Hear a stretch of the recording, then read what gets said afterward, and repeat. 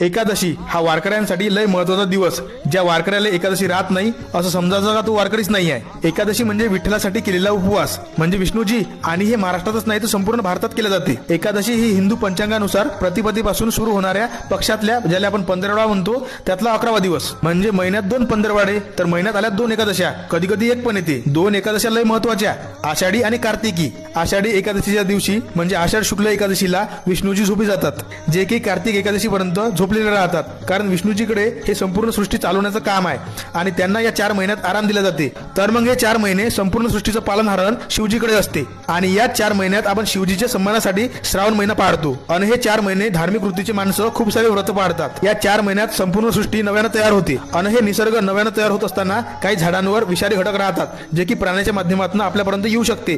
म्हणून आपण याच महिन्याच्या सुरुवातीला दूध हे शिवजीला अर्पण करतो. मांस मच्छी खाणं अवॉइड करतो. समुद्राकाठचे लोकही मासेमारणं